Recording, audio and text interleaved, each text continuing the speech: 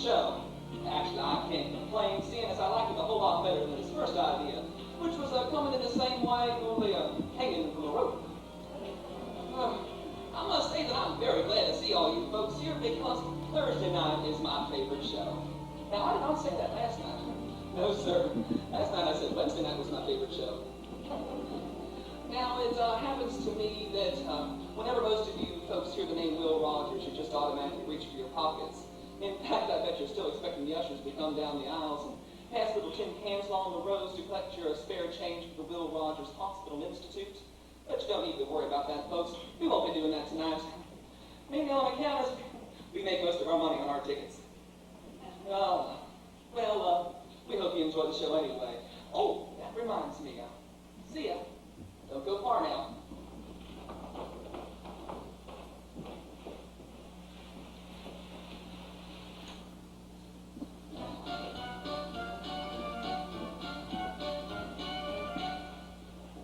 Thank you.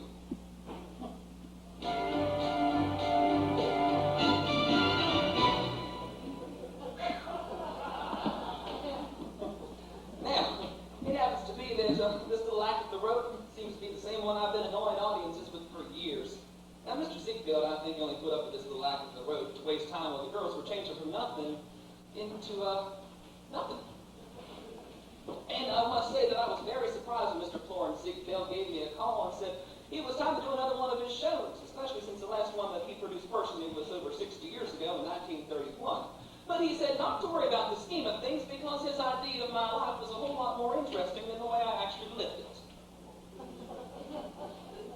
And that he'd be looking down so it would go okay. Whenever I say looking down, I don't mean from heaven. I'd be mighty surprised if he ended up anywhere in that general vicinity. I mean from the light booth, which is right about where you folks sitting back there. He'd been looking down from time to time to make sure his show is moving right along.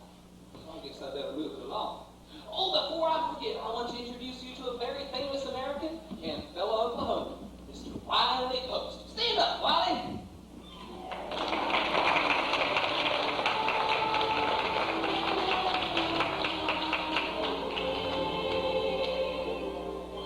This goes fine, Will. Anytime, partner.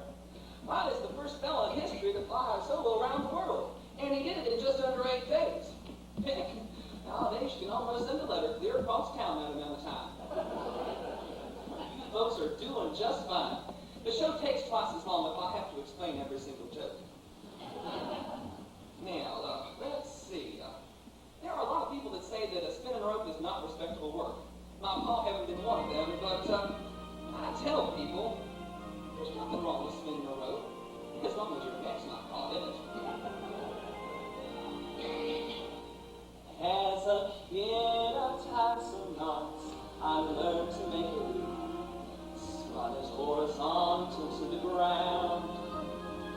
Practice lasso in the fence posts and most anything I found. I even wrote my sisters if they dared to come around. This pastime was my solitary skill. And people ask what will become of Will. So I told them, give a man enough rope, give a man enough rope, and he can hang himself or not. That is the choice that he has got. He could wind up hanging down from a tree, or he could spin himself alive. That's what happened to me. Give a man enough rope, give a man enough rope, give a man enough rope, give a man enough rope. You hang 2 guys a pile of dough, one's meant to fast, one saves it slow. Make a choice, up to you what you do. This act ain't much, but there was 5 men, kings and queens, and a bunch of you. Everybody spins a different twist, some use elbow wrist, so just flick the wrist if you want to.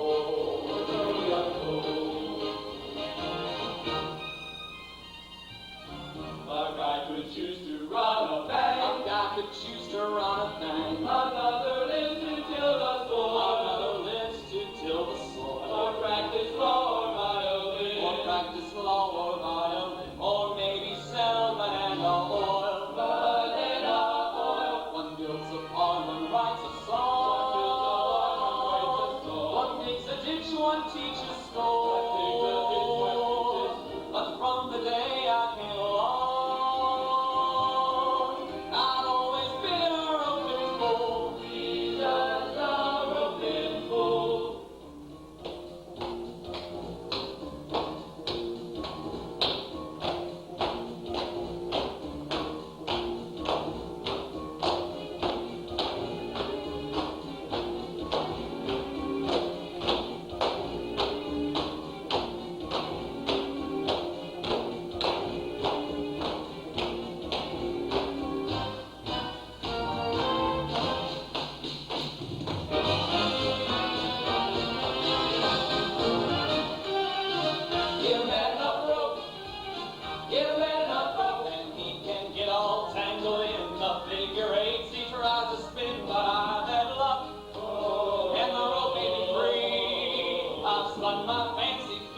Wrote my speeches, made my speeches, loved my family, loved my horses, loved the lovely life.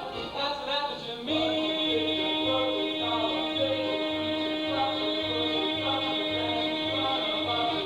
If a man never wrote.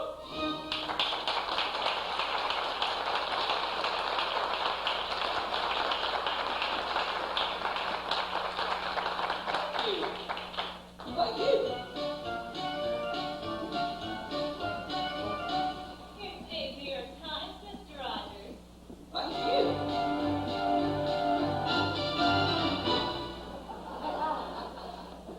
She does wonders for the circulation of the Times.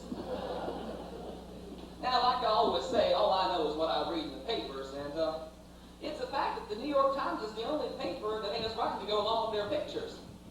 My pa always liked the Times because it never crowded up his mind with 2 points of view. Now, let's see. New York Times, Thursday, June 6, 1996.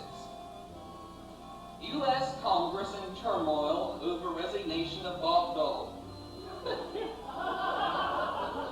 I don't know if any of you folks happened to catch the news conference whenever Bob Dole resigned from the United States Senate.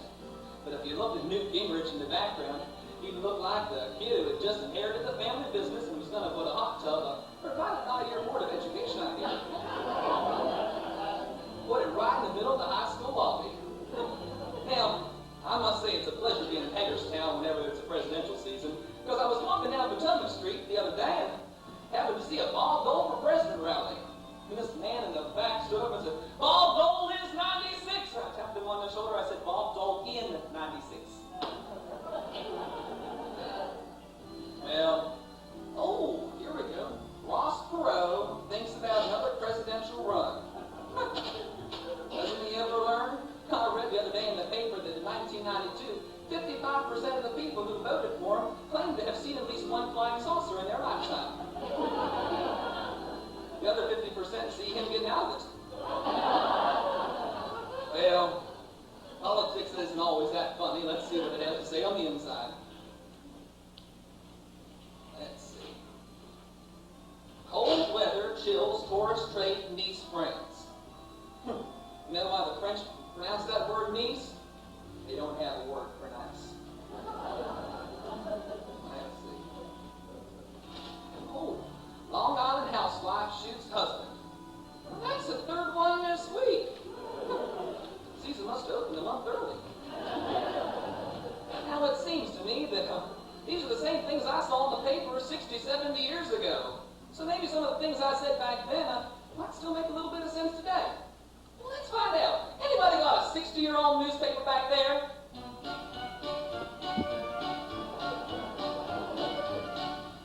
Thank you.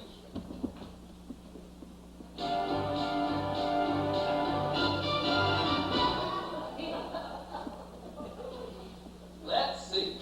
The New York Times, August 17th, 1935. Will Rogers and Wile E Post die in airplane crash in Alaska.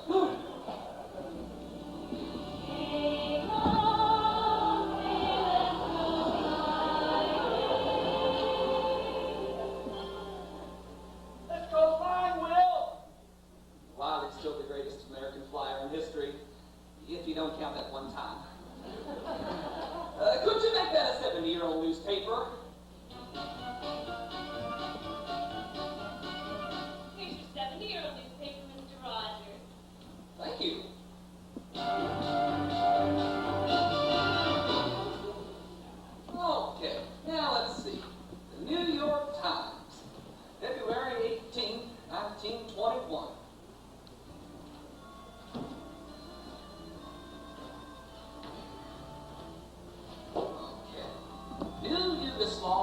republic torn by ethnic strife. Anti-cigarette legislation pending in 42 states. President accused of philandering. Are you sure this is the old paper? I got a funny feeling they've been putting out the same paper for the last 70 years and pocketing our money in the meantime. Let's see.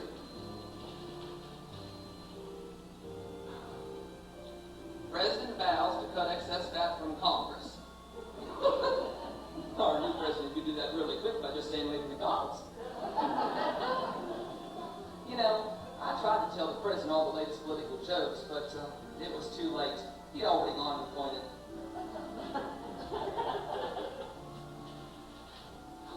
Another filibuster paralyzes Congress. How they love to talk. You know, the other day, a certain congressman stood up and said that he objected to a certain Oklahoma comedian poking fun at the Congress. Well, the thing about my little jokes is they don't hurt anybody. And every time that Congress makes a joke, it turns out to be a law.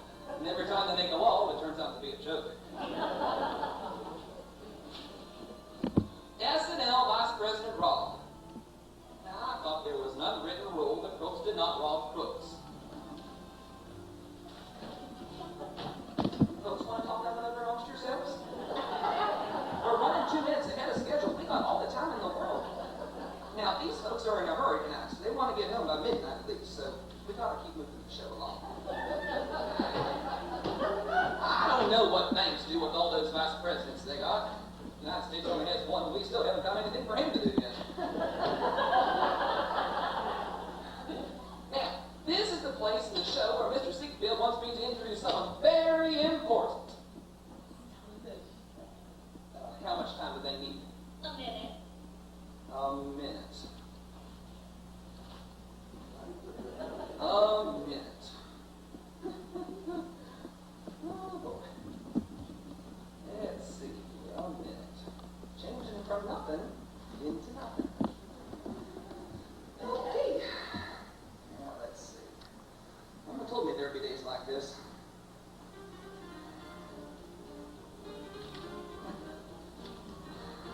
Now, I know a small road trick like this doesn't look like much until you realize there ain't no such thing as a big road trick. Oh.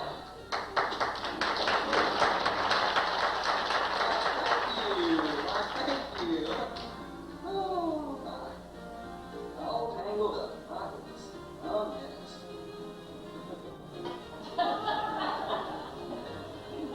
Woo, gotta be down at least 45 seconds. Okay, now hold this next one I call the merry-go-round.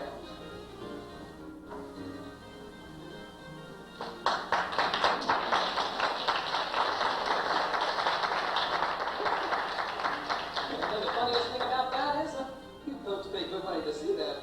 Or most people do, I should say. Hold this next thing I call the wedding ring.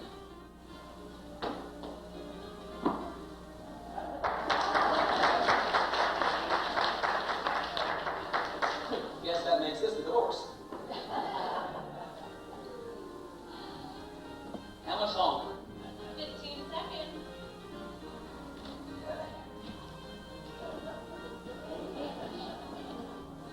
Well, this next one's one of my favorites. It's called the Texas Skip. Texas Skip.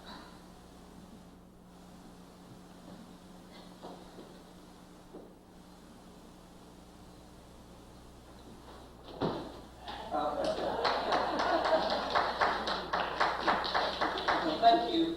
It looks like I got all my feet through but one. Excuse me, I gotta get serious now.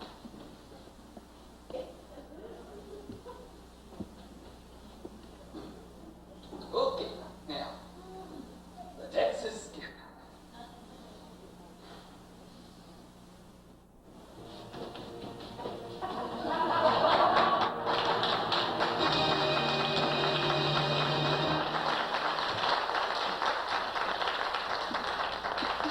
Thank you. For those of you that are natural ropers,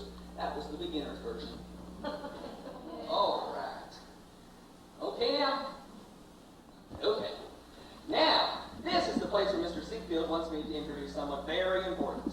Important to me, that is because without him I wouldn't be here, and that's my pal, Mr. Clem B. Rogers. But first we're going to set up the scene. That there is my little ranch house in Oklahoma. Those are my 6 beautiful sisters. And the date is November 4th, 1879.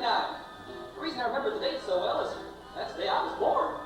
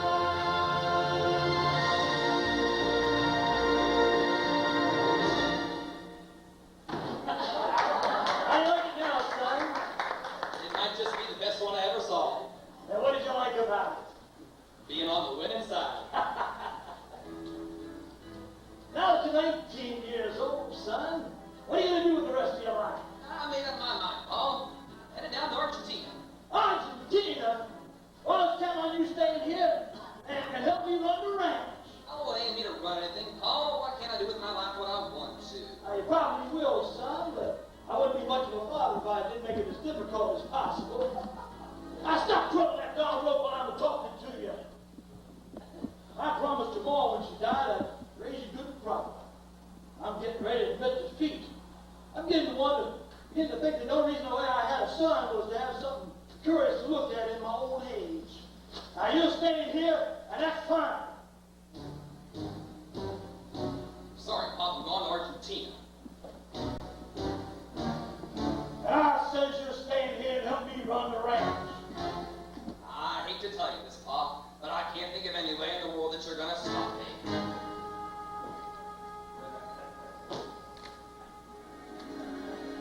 Me neither. You going down to Argentina, man. But I want you to hear one thing. When you get down there and you ruin your life, and you're down and out without a penny or a friend of your name, I want you to remember one small piece of fatherly advice. I told you so. Get out of here while I'm still in a good mood. Now, I want to tell you folks something. Any man's a fool to think that his son's going to live up to the expectations of his father's dreams. Hooray, hooray, some dirty work has been done. He can't be the one. He can't be Clem Rogers' son. He says he don't want a ranch. He's some rotten branch. He must be the man. She's for sure. To Argentina he'll speak. What a crack on his scheme. It's the end of my dreams. You'll never go to be the heresy man. And we're the true man. The heresy man. Like Yosemite. But what the hey, I still have my girl. 6 million girls. I'm singing for joy. Goodbye, Willie boy. I don't write for money. Goodbye, Willie boy.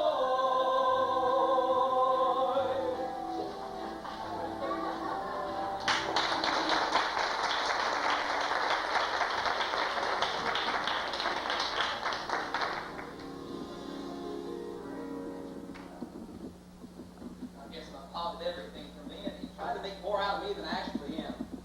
And how come now, Miss Something's always somebody else's idea of what you should be with your life?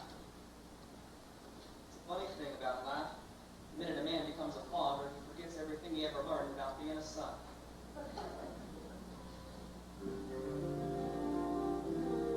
So long, I'm on my way to see the world so big and wide. I might find something I can do and find the guy who's here inside. So long, I'm off today. I hope before my journey ends, I'll learn to do a trick or two, so you can write to all your friends.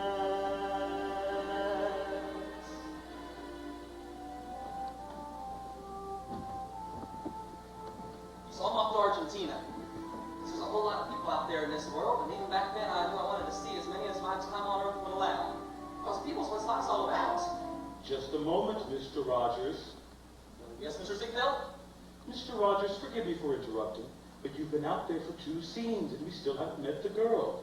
As you should know, in a Ziegfeld production, the romance never starts later than the 3rd scene. I'm sorry about this, folks. I told you this might happen. It really kind of sounds bossy, but you have to understand what it was like growing up in Chicago with a first name like Florence. Come to think of it, Mr. Ziegfeld, I did meet Miss Betty Blake before I went away. It was at the railroad station. I was waiting on a pair of long underwear that would be coming in. You know, the kind with the trap door in the back. How very romantic. And where was this enchanted railroad station? Luga, Oklahoma. Oh, absolutely not, Mr. Rogers. In a Ziegfeld production, nothing ever happens in Aluga. Stage manager, please. Yes, sir, Mr. Z. John, if you've got a set back there we can use, something exotic, something Ziegfeldian. I think we have that Fiji Island set back there, sir. Fiji Islands? Oh, come on, Mr. Ziegfeld. You might as well say we met on the moon. Brilliant, Mr. Rogers. You met your wife on the moon. John, go set up the moon immediately. Yes, sir. Well, don't just stand there, Mr. Rogers. You're going to meet your wife Betty on the moon. Yes, sir.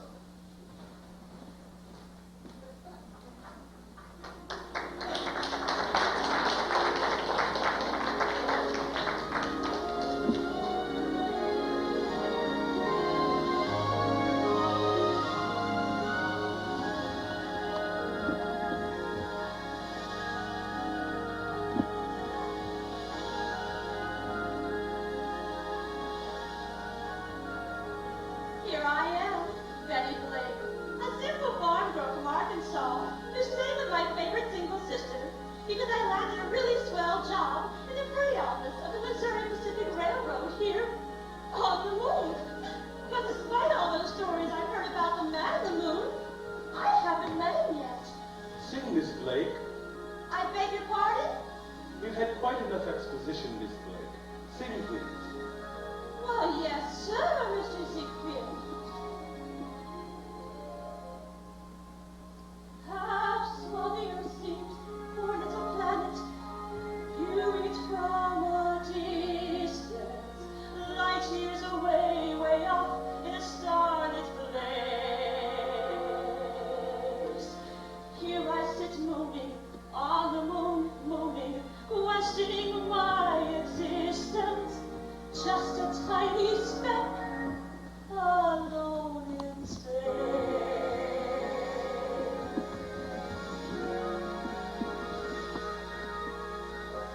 I'm drifting, I'm floating, a leaf in the wind, an aimless seedling sailing on the air.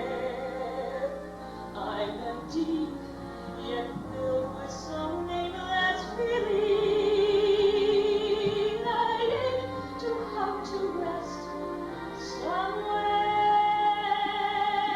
in someone's heart, in someone's arm, some unknown, someone's life, somewhere. My hours are endless, my days have no shape, my nights are spent at moonlit solitaire. I'm busy, yet some wondrous thing is missing. I long for, I don't know, but I know it must be buried. Someone dies in someone's smile, a face I'll see someday, somewhere. I'm weary of drifting, a change hovers in the air, a sea change, a sky change, I feel that it's almost there. My journey's end, lover, friend, my unknown someone, somewhere.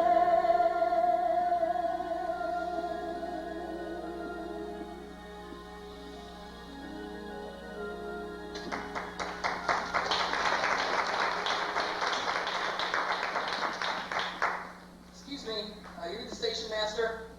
I'm his assistant. Is there something I can do for you?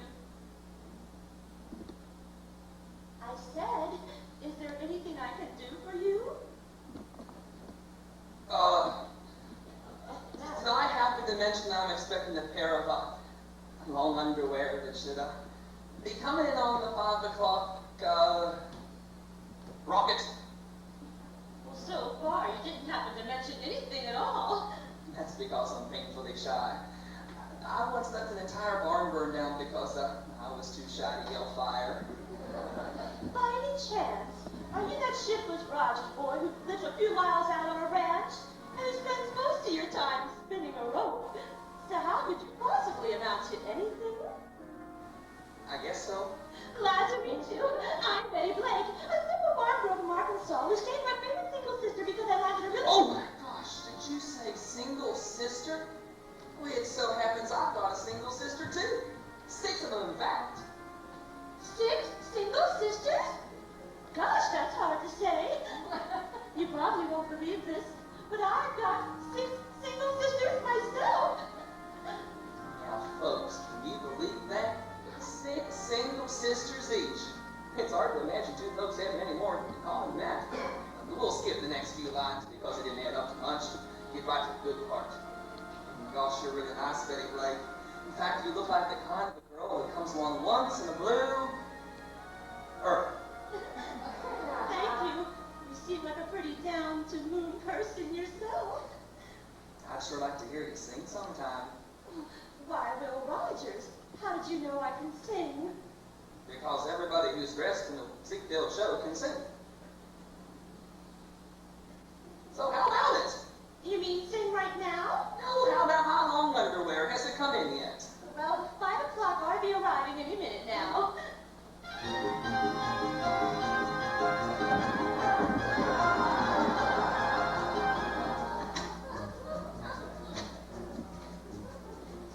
Hello there. Well, hello, Mr. Engineer. How was the trip? Not too bad. Lost a little time chugging around the Big Dipper, but I made it up along the Milky Way. Oh, I have this package addressed to that shipless Rogers boy who lives on a ranch a few miles out. Feels like long underwear. Well, thank you, Mr. Engineer. So long, honey. Gotta blast off. See you in a later, so all aboard!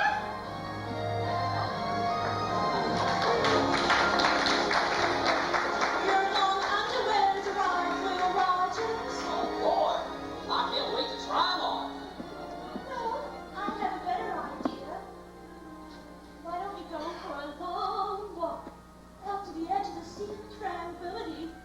I hear there's going to be a full earth tonight.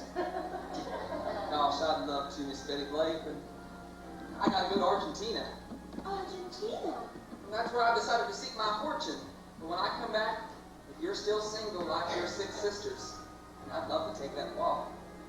So long for now, Miss Betty Blake. I promise to write. Well, adios. Adios. Very much. The moon mist is lifting, a change hovers in the air, a sea change, a sky change, I feel that it's almost there. My journey's end, lover, friend, my shipwreck,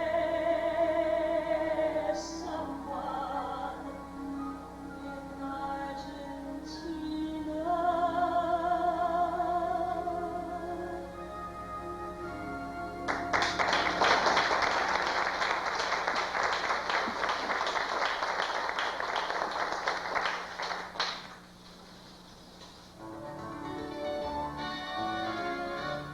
So he didn't want to finish his education, didn't want to be a rancher, he abandoned me when I needed him most. And then he had to make me the grumpy old grouch at the show.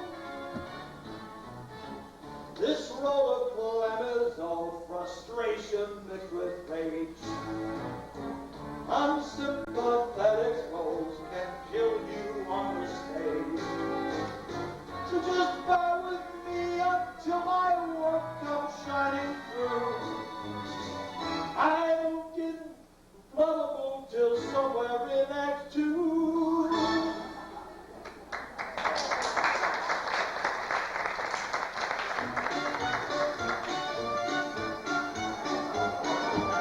I've been asked to deliver a postcard to Miss Betty Blake. Miss Betty Blake, postcard from Will Rogers. Well, thank you. Dear Blake, here I am in South Africa. Oh, South Africa. He didn't like Argentina. Oh, thank you. Came here on a cattle boat and I got seasick. In fact, I was so sick that even the cows couldn't bear to watch. Do you mind? When I got here, I found a job spinning a rope in Texas. Texas Jack's Long West Show. What are you doing? Practicing. I'm your understudy. Oh. Well, we're not exactly the same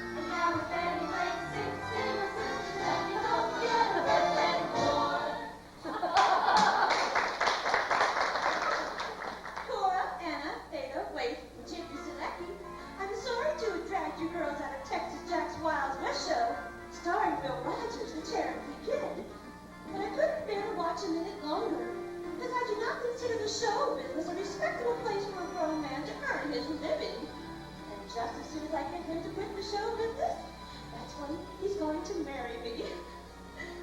Has he asked you yet? Well, that depends on what you call asking. We call asking. Well, in that case, not yet. Well, you girls better hurry along to see Mr. Edison's amazing ball of electricity, because I'm going to wait right here by the stage door to see Will Rogers again. And we can settle this business once and for all. Hello, girls. Hello, Will. I didn't know better. I swear they were my 6 single sisters. Betty Blake, it really is you. When I saw you out there tonight in the audience, I nearly fell off my horse. What'd you think of the show? Well, that was just about the most disgusting spectacle I ever witnessed. You mean my rope and act? Oh, no. Your act was wonderful, of course. But do you have to do it with all those people watching? Betty, are you talking about the audience? To stand up there in front of total strangers. Will Rogers, where's your shame? Now, folks, how can you not love somebody like that? So I explained to her that I couldn't make a living while doing the act in front of my friends and family and have a little small talk that really didn't add up too much. We found ourselves looking over St. Louis from the top of the Ferris wheel.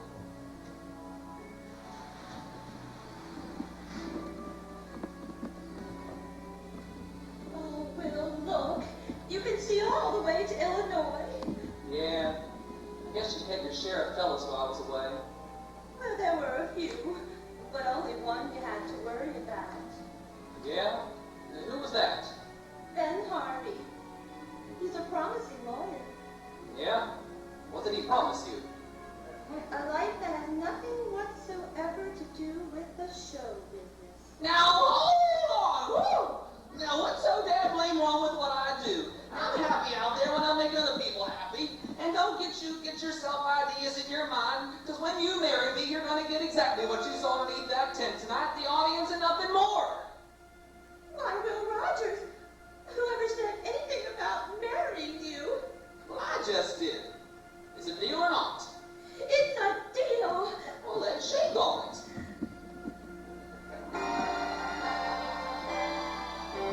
We're headed for a wedding.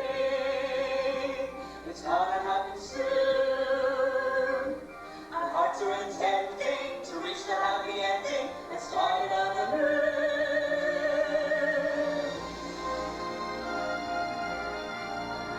Mr. Rogers. Just a moment, Mr. Rogers. Mr. Rogers, stop. Mr. Rogers, what is going on down there? A wedding, of course. What's it look like? But not now, Mr. Rogers. In the Ziegfeld show, the wedding always ends the act. Yeah? Well, but Betty and me had preceded the act. Ain't that right, honey? Will Rogers. They can hear you. Move it along, Mr. Rogers. What happened next? Next, after we were married, you mean? I'm sure sorry, folks. But don't worry, you'll be seeing me again at the end of the act. What happened next? After I kissed the bride, the organ was playing "Oh Promise Me," I went and promised her. Oh, Will, are you serious? Are you really through playing those dreadful Wild West shows? Sure am. Oh, thank you, Will. Now on, it's strictly vaudeville.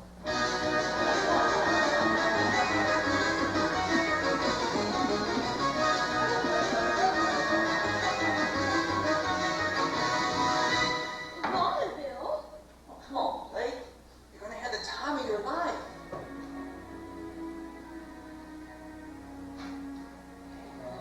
Hand in hand, we will cross the land from the west coast way out to Maine. Boarding train after train, see the nation, a long vacation. What's to fear? We're together here. But my dear, before we must go, vaudeville has traditions.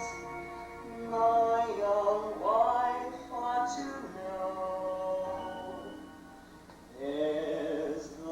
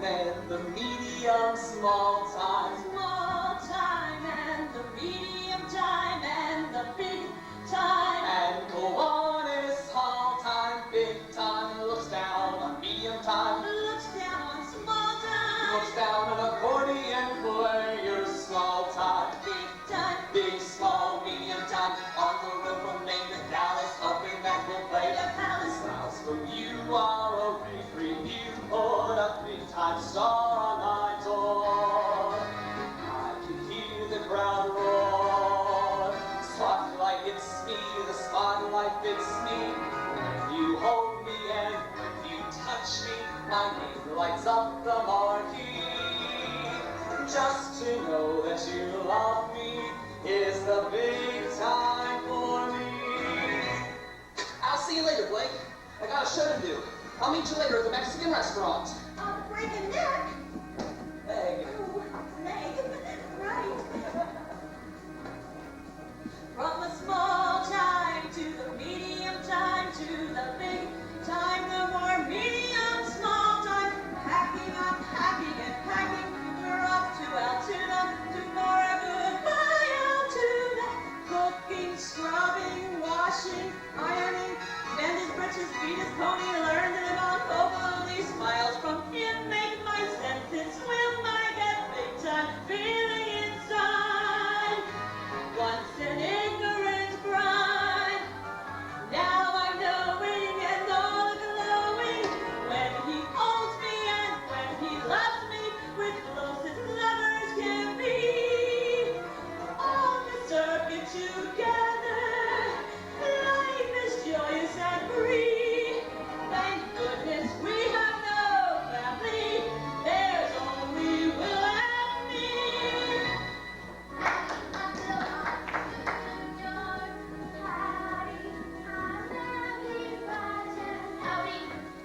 I'm James Rogers. Howdy. Well, here comes Freddie. We're glad our dad's in vaudeville. Ain't we got fun? 'Cause we got down in any town, not just in one. Before we're born, the kids we meet, we gotta run. There's no need, no school superintendent hounding us 'cause we're independent. At night our mommy reads to us and hears us cry. Then we sneak to the music hall, watch Daddy play. Scratch your skull, tilt your head, make the people cry. 'Cause that's just what we wanna be. When we grow up, we're gonna be just like Dad. Yeah!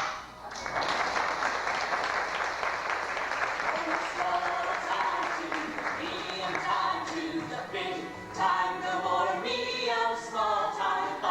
Up, climbing up, no more small time, but the one is small time. Finish packing, let's get cracking. Wear your boots, it's gonna rain. Do your homework on the train. Smiles from us are a family, but we're together getting along. Sometimes weak, sometimes strong. Sad or happy or mad or scrappy. Nothing's easy and nothing's perfect. We still complain and we fuss. But as long as we stay together, it's the big time for us. Rogers and Rogers,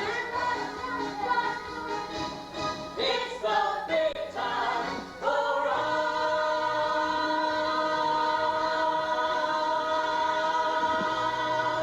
Yeah!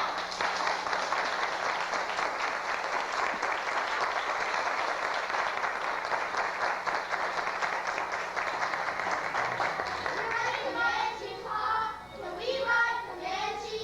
Oh, Comanche don't mind? I sure don't. Yay! Well, I wanted them to do their homework now, so that someone in this family gets past the 5th grade. Oh, come on, Clay. They've been all over the country. Just think of the geography lesson they were getting. Have you folks ever noticed how I always call my wife Blake when I'm in trouble? So I started calling her Blake all the time, just in case I was in trouble and didn't know it. Will, we have to talk. How do we make it go, Pop? And just holler, giddy up, and hold on. Giddy up, Comanche. Whoa! Now, what were you saying, Blake? Talk. Ladies and gentlemen, the beautiful Orlando Theater presents the star of our show, that Oklahoma philosopher, Will Rogers. I'm sorry, Blake. I got the show to do. Will, we have to talk.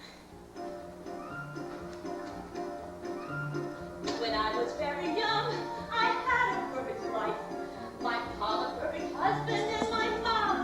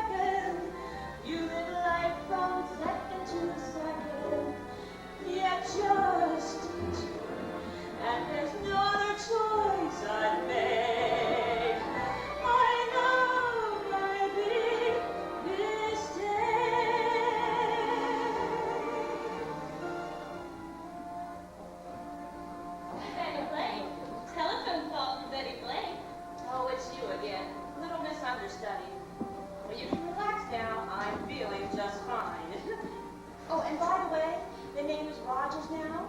Betty Rogers. I'm married. Well, Mr. Ziegfeld said the wedding always ends the act. I know. Don't tell him, but we just saw it just at the piece 7 years ago. You won't tell Mr. Ziegfeld, will you? Oh, don't worry, honey. Your secret's safe with me. Not. Hello? Sue Lucky, is that you? How are you and the other girls? Still single. How's my life? Well, it's great. Just great, of course. I mean, you should see the deluxe hotels we stay at and the fancy restaurants we eat in. Here, wherever we are. The children? Well, they love it too, of course. Almost as much as I do. When are we coming home? Oh, I don't know, Zulecky. I mean, when you're having the time of your life like we are, it's kind of hard to drive yourself away. Yes, I love you too. Tell the girls I miss them. Bye. I like days all carefully reckoned. You live life from second to second. Blake? Oh, Will, I didn't see you. No, I was thinking during the show tonight, how long we've been at this? 7 years? My Pa was right. Maybe I should have stayed in Oklahoma. Will, are you serious?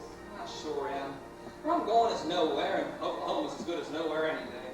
But you're top of the bill now. On top of the bill in Cedar Rapids, and still only earning $100 a week.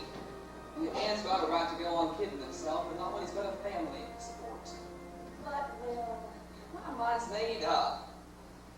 My big break was gonna come along. It would have been here by now. Oh, Will, I love you very much. Telegram for Mr. Rogers. Telegram for Mr. Will Rogers. That's me. Are you Will Rogers, that broken fool? Nope, as of right now, I'm just Will Rogers. Thank you. Mr. Will Rogers, Office Theater, Cedar Rapids, Iowa. Dear Mr. Rogers, Pleased to invite you to the 9th edition of My Follies, starring W.C. Fields, Eddie Cantor, and Ed Wynn. Stop. Can offer you a salary of $600 a week. Stop. Will? Expecting an immediate and affirmative reply. Most sincerely, Florence Ziegfeld. Will, what is it? Bad news? Your father's not sick again? no, it's nothing. Just another booking. Go ahead and get packed up. Get the kids packed up. We can be back on the ranch by Sunday. Oh, Will, thank you. I mean, it's not like you're really giving up a big opportunity or anything. I mean, giving up 5 a day in Cedar Rapids is not like turning down, say, the Ziegfeld Follies. I mean, no one is right mind would turn down the Follies. Then again, who would ever offer you the Follies? Well, you're being a great sport about this, Blake. I'm not even sure if those people in New York would put up with my little act of the road. Oh, Will, it's not a little act anymore. Not since that day back in Milwaukee. You got all tangled up in the Texas skiff, and you added that line. Heck, folks, got all my feet through but one. Get out of here. Oh, you're a talker now. Mr. Ziegfeld doesn't pay $600 a week for a few road tricks. You give him a new act every night. All I know is what I read in the papers. No other show like yours in the circuit anywhere, Will. That's why we're asking for 700. Oh, Blake, I love you so much. It's not others, and there's no other choice to make. My love, my ring, this day.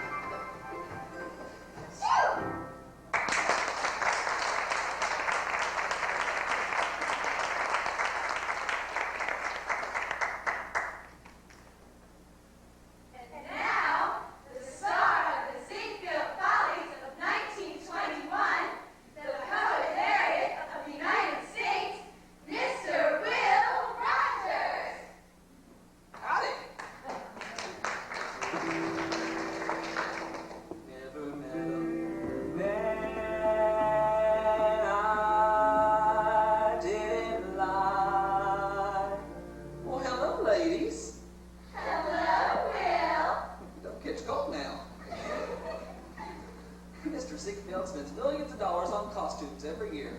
So I don't understand why he don't let the girls wear them.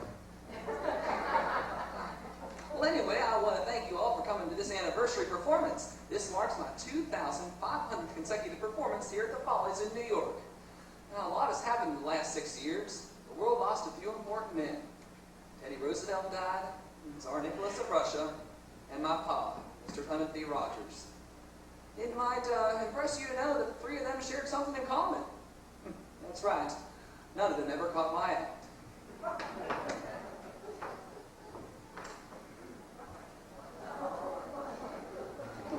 But anyway, I got an important announcement to make. This year's my last performance in the Follies here in New York. As of tomorrow, I'm flying out to Hollywood to be a screen actor. That's what I said. Not only that, we fly out there by aeroplane. Be careful, Will. Well, I actually won't be doing the flying. I'll leave that up to the folks who know how, like the Wile E Post.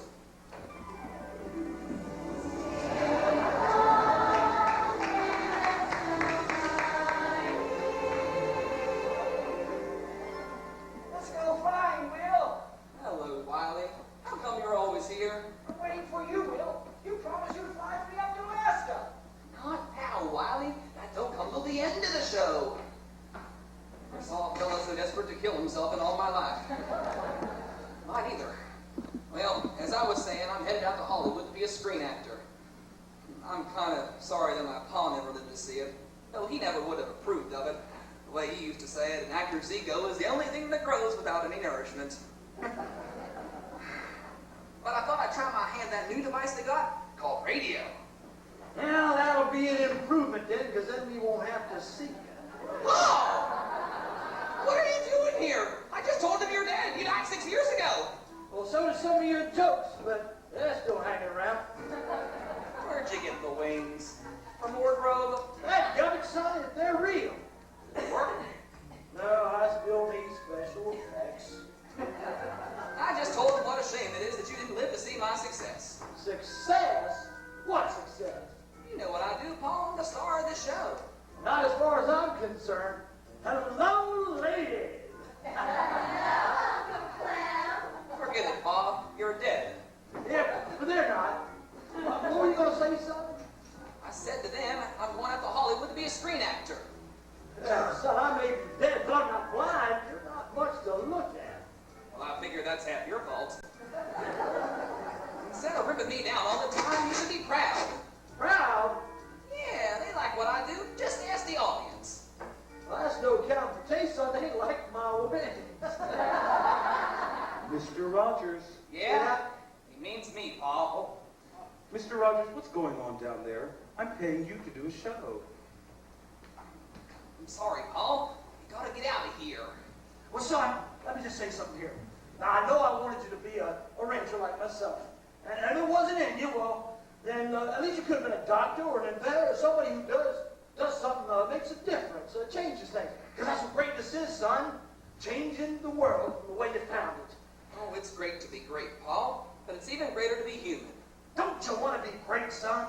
No man's great if he thinks he is. Who said that? I did. Oh, that's pretty good. What's that? Sounds like bells. This must be the end of Act 1. You better get going now, All Paul. right, I'll see you later, son. Bye, ladies. Goodbye, Uncle Clem. Oh, Will, now listen. Life ain't near as long as the young people think it is, so make sure you do some things that you can look back on, some things we can both be proud of. Because one day you're going to wake up dead, and then it's going to be too late. So take it from me, son. It sneaks up on you. Take it from me. Lake, you look beautiful.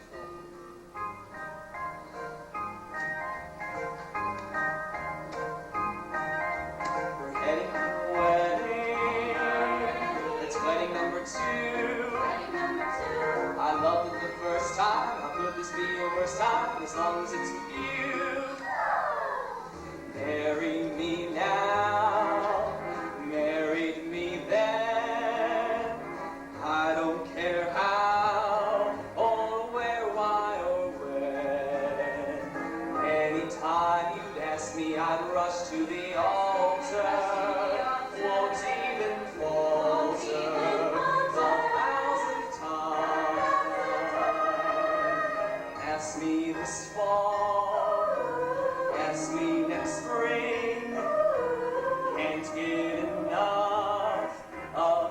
such a good thing.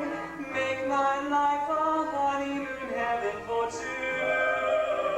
All my days and my nights, like Turkish delights, marrying you.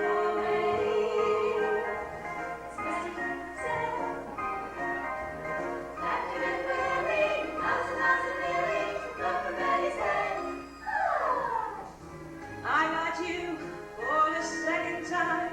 I got you, it's our second slice. I got you, double ecstasy. I got you, twice as nice. Down to the old Nile cider. I feel twice as bridal. No shy violets, let's middle island. I got you, and I'm twice as nice. I got you, like I did before. I got you, once is not enough. I got you, so back for more. We'll have a honeymoon heaven till 100,007. I'm gonna be true. I'll be lost without you. We're heading for a wedding that happened years ago. We've tasted wedding bliss now, but let's just steal a kiss now, as if we didn't know. I got you for the second time. I got you, it's our second flight. I got you, double ecstasy. I got you, twice as nice. Down to To the altar, I feel twice as bridal. So shy violet, let's middle island. I got you, and twice as glad. I got you, like I did before. I got you, once is not enough. I got you, turn back for more. We'll have honeymoon heaven till 100,007. I'm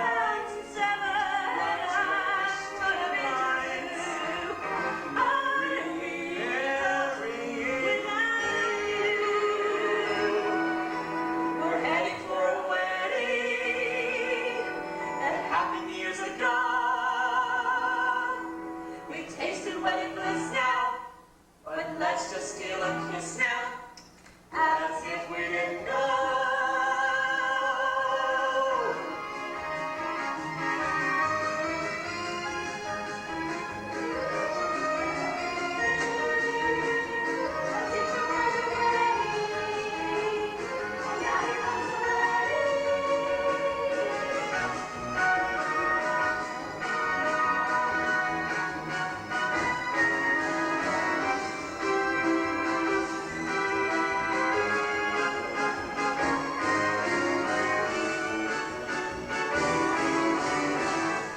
Dearly beloved, we are gathered today in this hallowed hall to unite these two in the holy. You know, I'm only doing this part under protest. That skinny Ziegfeld too stingy to hire another actor. Will you, Betty Blake, take this undeserving individual to be your lawfully wedded husband, even though some fool thinks he's going to be America's biggest star, and which means to be so famous he'll never be at home, for better or worse, for richer or poorer. I do. And you, William Adair Blake Rogers, take this sweet, saintly woman to be your lawfully wedded wife, even though she deserves better, even though she'll never stop trying to keep you from flying to Alaska with Wile E Post until death do you part. Yep.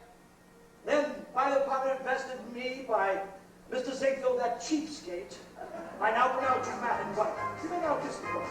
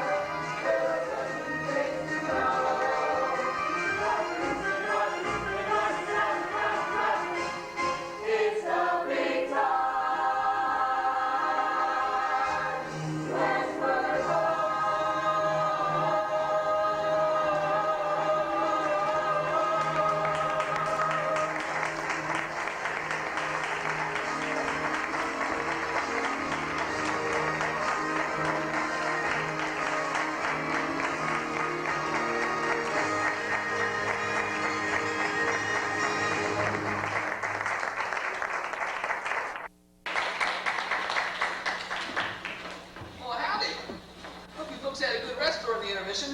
I sure did. Now, if any of you out there went out and smoked some tobacco, you ought to be ashamed of yourself. Now, the only good thing about smoking tobacco is that it chases away the mosquitoes, which is proof positive that mosquitoes are a whole lot smarter than human beings.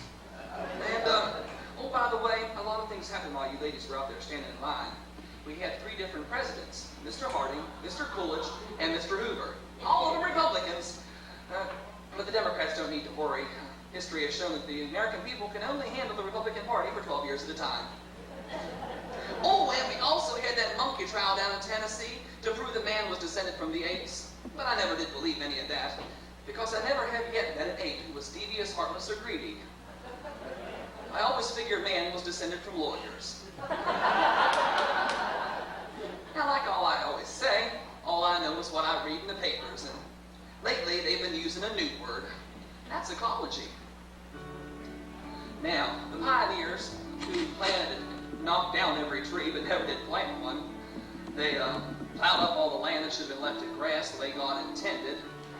They thought it was the land they were living off of, but what they were really living off of was future generations. Because the trouble with land is, they're just not making the stuff anymore.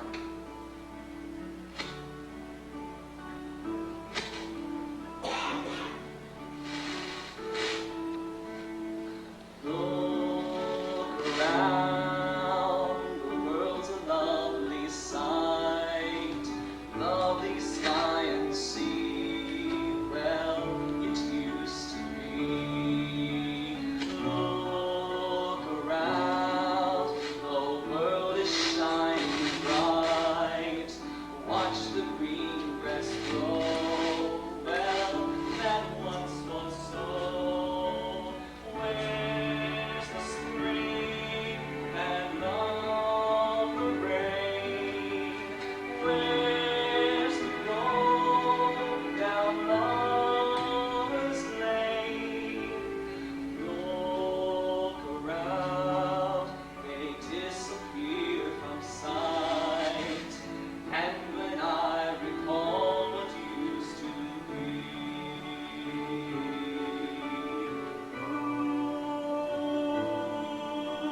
close the open skies, the view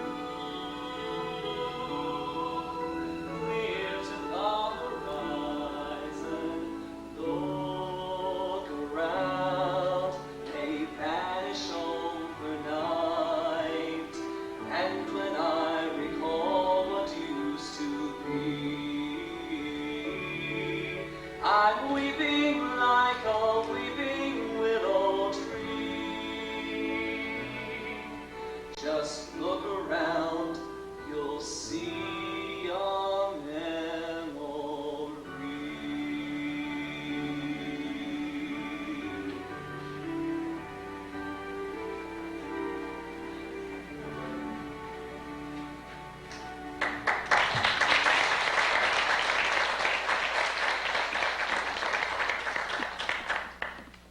Now that I got that off my chest, I suppose you folks are dying to know how it was that I came to run for president of these United States. Well, it was in the fall of 1928 when this really distinguished fella came up to me at the Astor Hotel in New York. Mr. Rogers, have you ever considered running for president of the United States? That's the fella. Now, I swear that everything you're about to hear is the gospel truth. So help me Ziegfeld. Mr. Rogers, now that you're back on top as the #1 box office star of stage, screen, radio, and newspapers, wouldn't you like to try for president? I don't know. Politics is the only branch of show business I ain't tried yet. This country needs you, Mr. Rogers. I'm not sure. This country might be used to having anything at all named as a presidential candidate, but we haven't quite sunk to the professional actor stage. That's what I said in 1928, folks. Do you mind telling me what political party you belong to? I'm not a member of any organized party. I'm a Democrat. Do you consider yourself president of the Debunk Party? Debunk? Exactly. Mr. Rogers, you've been invited to speak at the Republican Convention in Kansas City, and you've also been invited to speak at the Democratic Convention in Houston. Oh boy, the Democrats! They always have more fun at their conventions because they know they're not going anywhere afterward. So what do you say, Mr. Rogers? Since you're the first man in history who's been asked to address both conventions in the same year, you can ask them both to directly vote for you.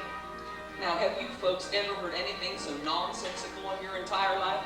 A man has to be plumb loco to give up a useful career in anything just to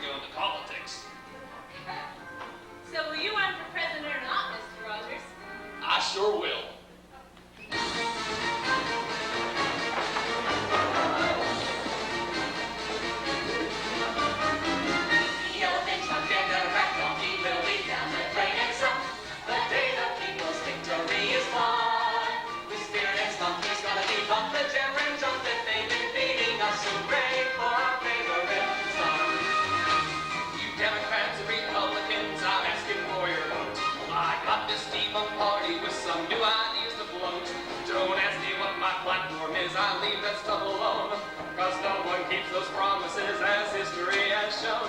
I'll run a clean campaign and that will be my winning part, considering the ones you've ever met won't be too hard. Mr. Chairman, the great Sooner State of Oklahoma, by clean sweep, by acclamation, we proudly place a nomination. The great Sooner State of Oklahoma, cast its 22 votes for William Penn Rogers, William Penn Rogers, William Penn Rogers. The elders won't get their back on he will be down the drain and son. The day the people's victory is won.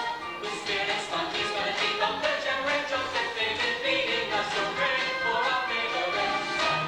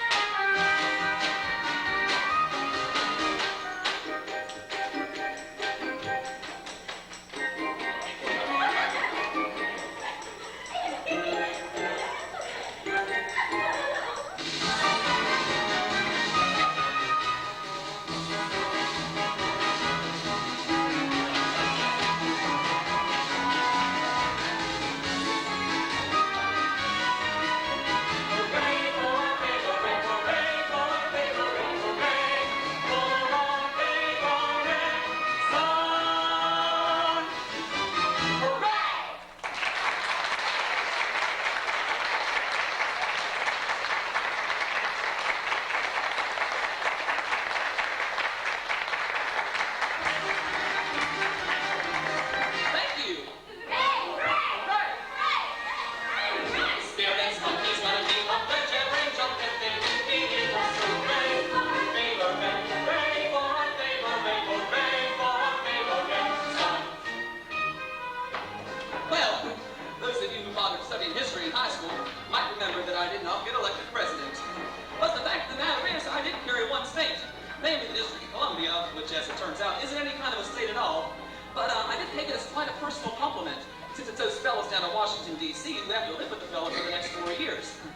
But I got some advice for whoever runs for president in the future. Don't go around telling the truth. Because in an American election, nothing can hurt you more than telling the truth.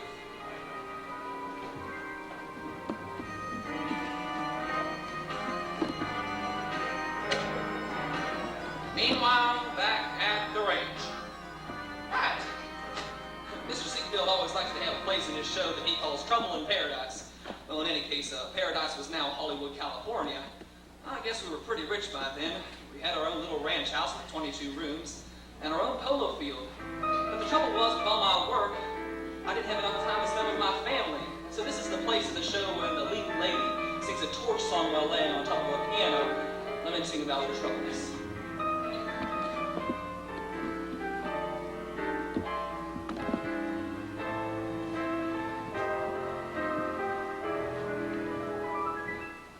Alone again and blue. He's left me alone again. What's new? All I do is sit and stare at a snapshot and an empty chair. What good's a man?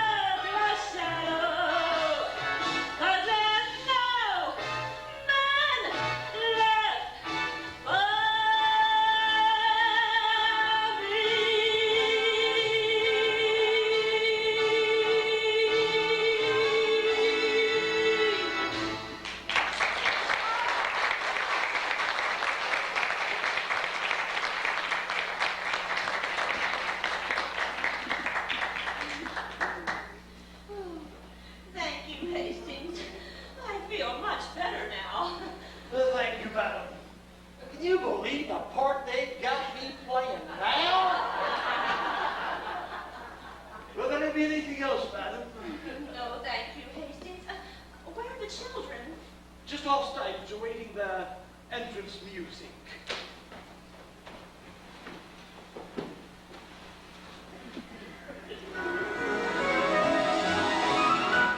Mom, guess what, Mom? He's home. Hello, Blake. Hello, stranger. Oh. So I decided it was safer to change the subject. So I decided to repaint myself with the kids a little while. By the way, many of you have been asking how come the kids never get any bigger. Well, I tell them, of course, they got bigger. But to demonstrate that, we need another set of kids, and Mr. Ziegfeld and I both agree one set is enough for any show. By the way, there only ought to be 3 of them by now. Little Freddie here passed on during the diphtheria epidemic in 1920. I'm afraid you're going to have to run along now, son. Do I have to, Pa? Grandpa Clem's dead and he gets to stay in the show. Oh, you got me there. I guess you can stay. Yay! But you guys are going to have to go upstairs now. Your mom's mighty mad at me, and they're used to me pretending I don't know what it is. So get up to your room. All the way up, Pa? Halfway's good enough. Now scoot. How bad is it, Blake? Pretty bad. The last time you were home, you didn't even know where the bathroom was. It's a pretty big house, Blake. Oh, it's even bigger without you in it. Will, do you realize in the last year alone you've put out 4 full-length talking pictures, 52 radio shows, 365 newspaper columns, spoken at 151 banquets, and visited 19 countries on 5 continents. I know that. Sure you know it, but they don't. Well, why do you keep traveling? What is it that you're looking for? People. I just can't get over them, Blake. No matter where I go, they may look different and they talk differently, but they're all just the same. Of course, there's getting to be too many of them. But they all want the same thing, 3 meals a day and a good night's sleep. We're people too, Will. And all we want is more of you. Does that mean you don't want all the expensive presents I brought you? What presents? Well, I got them waiting outside, but this here's just a small sample. This is the most famous amethyst in the world. Came off a statue of a goddess in Ceylon, but I figured it looked better on you. Oh, well, this had to cost a fortune. But you shouldn't have spent so much money. Now, life sure is funny, folks. I got a wife telling me not to spend what my pa told me I never make. Will, I want you to take it back. To Ceylon? Okay. Will Rogers! Come back here. Okay. I'll keep it. I still can't believe we're this rich. Haven't you heard lately? Prosperity has arrived. There's never been a time in our history when so many fools are making money. Haven't you heard what President Hoover's been saying? 2 cars in every garage, 2 chickens in every pot, and 2 harps in 3/4 time. So let's just relax and enjoy it. We've been through so much together, taught torrential weather. We've managed to muddle through every muddy puddle. Old soul will never shine, still you kept your heart in mine. Now comes the sun, why run? Oh, stick with me, baby, let's kick up our heels. Sniff the zest of it, taste the rest of it, feel how luxury feels.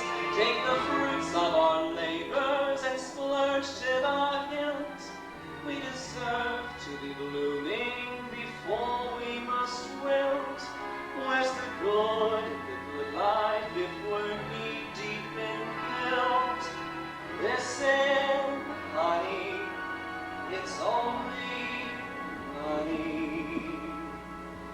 Diamonds for Mrs. Rogers, they don't compare to the light in your eyes. Rubies for Mrs. Rogers, not like the rhinestones you once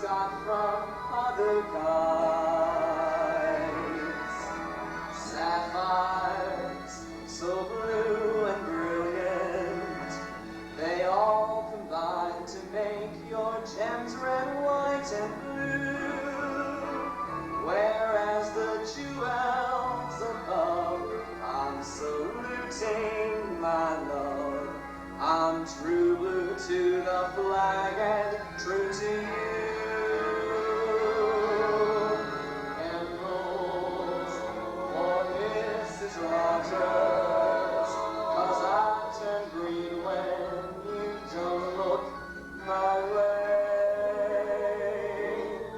Topaz for Mrs. Rogers, perhaps Madame could wear them on some rainy day. Pearls for Mrs. Rogers, to grace the neckline of the queen who rules my heart, whereas the jewels above you were fashioned for love, your nature's living perfect work of art. Diamonds for Mrs. Rogers, they shine so dim when compared to your eyes, topaz and precious emeralds, and rubies red and sapphires blue in just your size. Pearls for Mrs. Rogers, these are necessities no wife of mine should lack. If you would have not been on all these proofs of my love, I'll put them in a sack and take them back.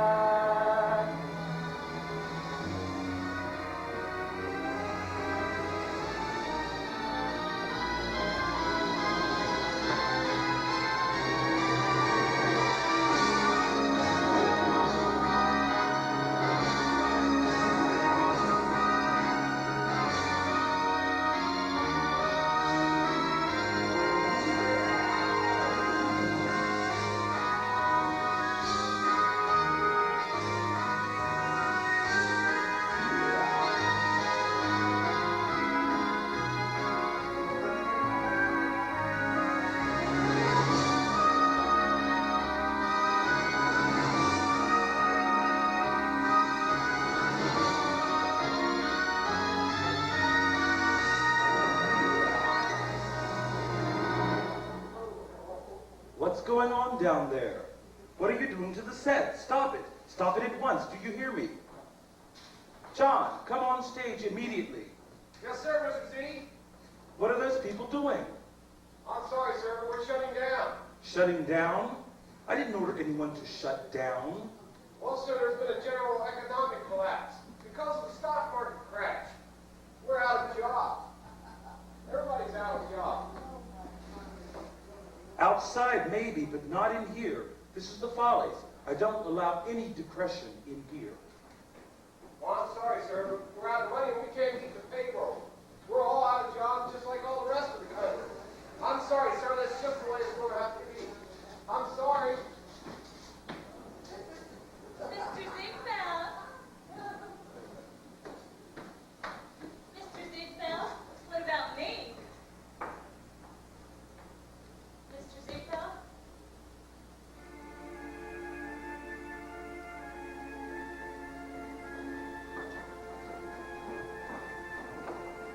Will, does it mean that we're poor again? No, not us. A whole lot of people, but not us. Why not us, Will? Maybe it's because I'm in the cheering up business, and right now that business has never been better.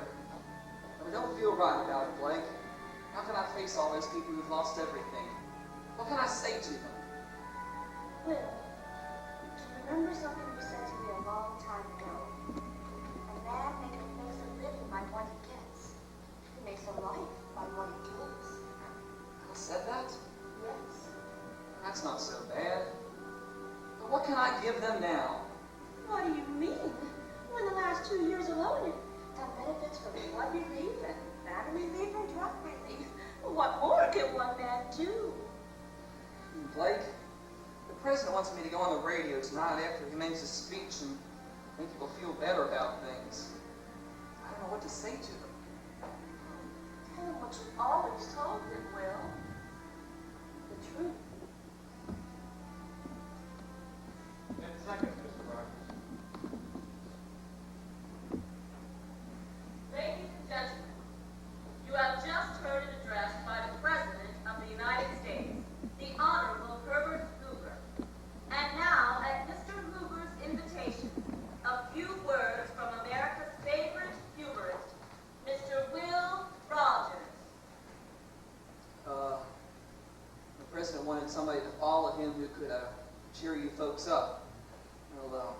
must be pretty desperate if he has to ask a Democrat. But the problem is, who's going to cheer me up? Because all I know is what I see on the streets, and what I see tonight are people without food, without clothes, without homes. There are our own people, American people. I hear tell that at least 16 million souls are unemployed, a full third of our workforce. There's as much money in this country as there ever was. Only fewer people have it, but it's there. A man can make $1 million overnight, and he's on every front page in the morning. But he never says who gave up that $1 million that he got. Guess there's not a millionaire in America that doesn't owe something to those of us who need it now. It's the big men that brought this depression thing on at all. It's the big men who thought this financial drunk we were going through was going to last forever. They over-borrowed and over-merged and over everything else, and that's the fix we're in now. People are starving to death. Americans, can you hear that? Here in this country with more corn and more wheat and more everything else than any country in the world, we've got people starving. No country ever had more, and no country ever had less. We hold the distinction of being the only nation in the history of the world that ever went to the poorhouse in an automobile. You think that some of our big men would understand that and try to make things better. Because if they don't do that, then they're not big men at all, and that's all there is to it. Where are all the big men? Lord, we sure could use one now. I can't say anything more about it than that. Well, if that ain't the sorriest looking sight I ever did see. Hello, Pop. What's the matter, boy? You're standing there like a boat. I never thought I'd hear myself saying this, Pop. But I guess you were right. Of course I am. About what? About me, Pop. All I ever did in my life was make jokes, and looks like I ran out of those too. Those weren't jokes you were cracking out there, Sonny. So you keep telling me, Pop. Well, I don't know what they were. They sure did make people feel good. You know, back on the ranch there was this fella, an Indian fella, of course, and he used to tell me that the smartest people in the world were ones that answered the questions that the rest of us wasn't smart enough to ask in the first place. That's what I figured you was doing. And what good did it do? Oh, I don't know, maybe nothing. But you always told me I had to leave this world different than the way that I found it. I know what I said, I know, but I learned one thing where I sit now, and that is that time is going to be the true judge of a man's worth. Yeah, a man can look awful big in history today, but back in the history books, well, it might look like a joke. Take from me, son, people are going to forget senators, judges, millionaires, even the president. Why, just last week I learned about Franklin Pierce. So I wouldn't be at all bit surprised if somewhere down the line somebody was going to remember you. Franklin Pierce? Was he president? So they say. Somewhere between Fillmore and Buchanan. I've never heard of them either. That's what I'm trying to tell you, son. You're different than they are. See, you tell these folks every night what fools they are, and because there's not a bit of malice in you, well, you got them loving you for it. Well, let me tell you a little joke now. There's this old sinner standing at the pearly gate, see. Standing there facing St. Peter. St. Peter says, I'm sorry, sir, but your name is not in the book. The old sinner, well, he just sort of sits there and stands and thinks about it for a minute and says, oh, wait a minute. Oh, wait a minute. I'm Will Rogers' father. And St. Peter says, well, I said, why didn't you tell me so? Yes, sir. Well, that's what I'm trying to say now, Will. I'm all proud of you, son. Now, aren't you going to thank me? For what, Paul? Well, for your success. My success? Well, of course. That just goes to show you there's a whole lot more of me and you than either one of us ever suspected. Your wit and wisdom, let us see all the foibles of the century. What a man, a heavenly man is my will. Just multiply me by the millions. Teapot, just one of you will do. Your public number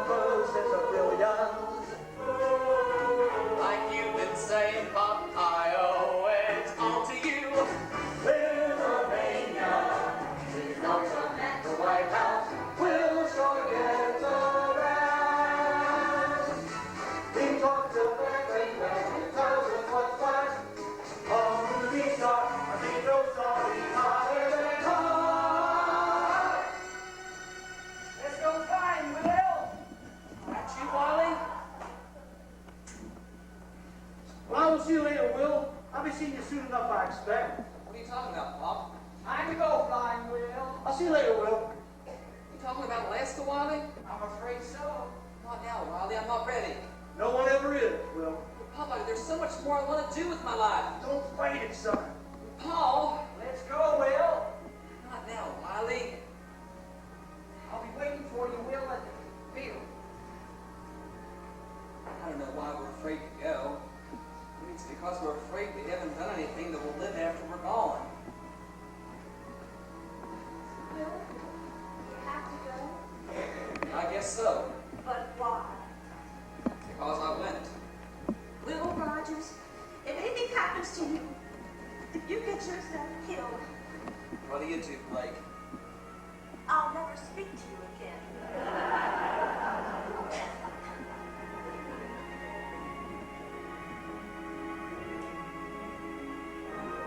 Without you, I'm a nameless face. Without you, I'm the lowest rung. Without you, lost in no man's land.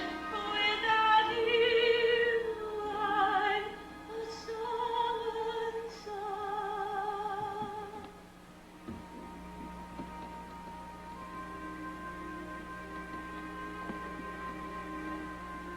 Just taken off from the lagoon in Alaska when the plane stopped doing what Wile E had promised me it would do, namely fly.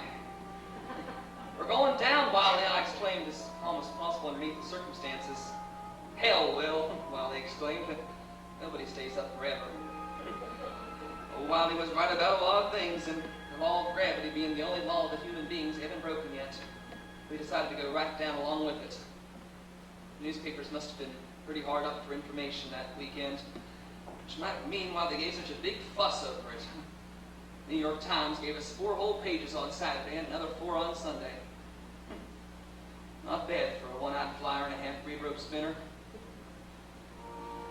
The accident happened on August 15, 1935, 300 miles north of the Arctic Circle, near Point Barrow, Alaska. Charles A. Lippert took charge of bringing the bodies home. Lucky Lindy had always been a particular favorite of mine.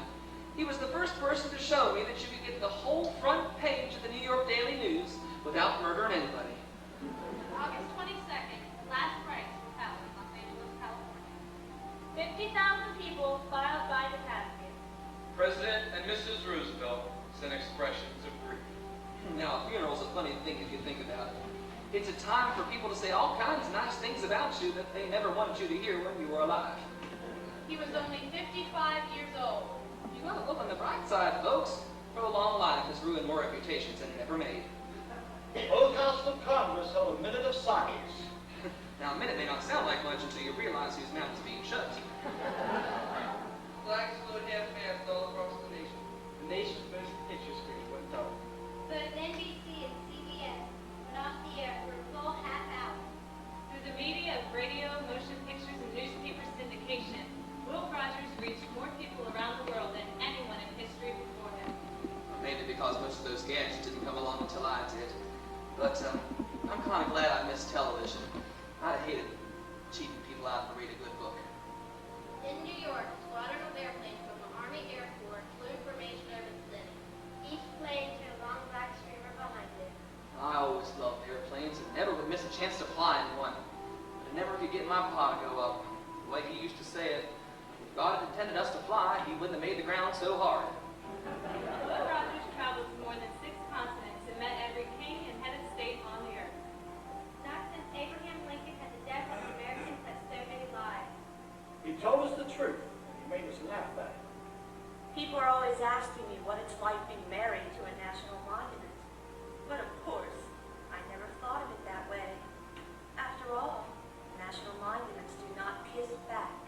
When he was in Washington, he stayed at the White House. When he was home, he was the best husband in the world.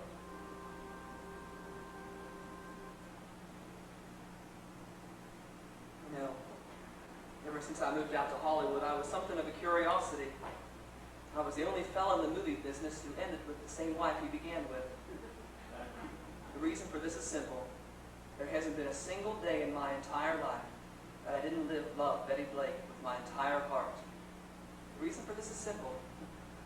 She used to say that her only competition was everybody else in the entire world. But I used to tell her that I didn't love everybody else. I merely liked them.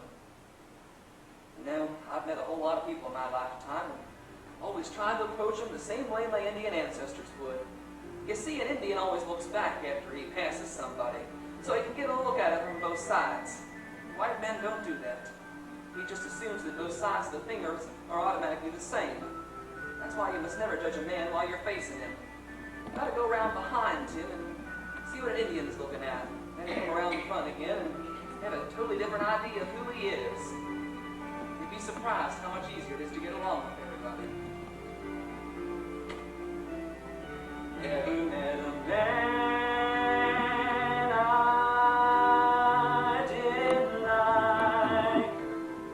Highfalutin, more valuable. Guess I've come a long way down the pipe. Never met a man I didn't like. Never shook a hand I didn't like. Royal Prince of Wales or Working Joe, though I know life's one long rocky high. Never met a man I didn't like. In all of my wandering, I bumped into all kinds of people. Fancy cinema stars, fake evangelists, politicians, morticians, and I have reached the conclusion while hiking the pike. Though I try till I'm done, though I never met a one that I didn't like. I said I've roamed along the Napa Valley, Schubert Alley, Rue de la Paix, Oklahoma and Kalamazoo. And I have reached the conclusion while hiking the pike. Yes, I'll try till I'm done, but I never met a one that I didn't like. And the worst, and the best, some that put me to the test, almost made me change my mind. Yet somehow I always find, if you don't expect too much, there's a certain human touch Homo sapiens has got, other animals has not. Working Joe, try the skin on that is his, be what makes him what he is, living in the skin he's in, just like me, I'm not the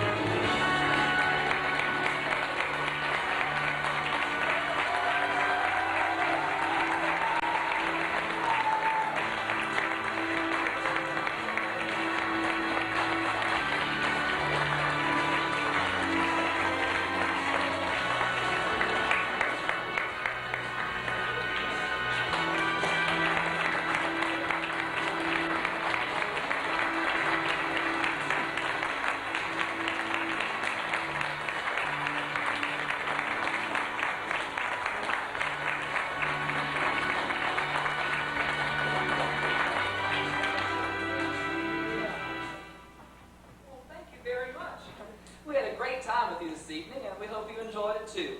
Now, if you're going out tonight after the show, don't forget the bars in Hagerstown close at 2 o'clock. A lot of people object to that, but hey, if you can't get drunk by 2 o'clock, then you ain't really trying. But don't forget, if you do drink, for heaven's sakes, don't drive. Drunk driving's killed more people than all of our wars combined. So you go out now and have a great life. My best advice on how to do that is go out and live your life in a way that you'd never be embarrassed to have Mr. Ziegfeld do a show about you. So, thank you.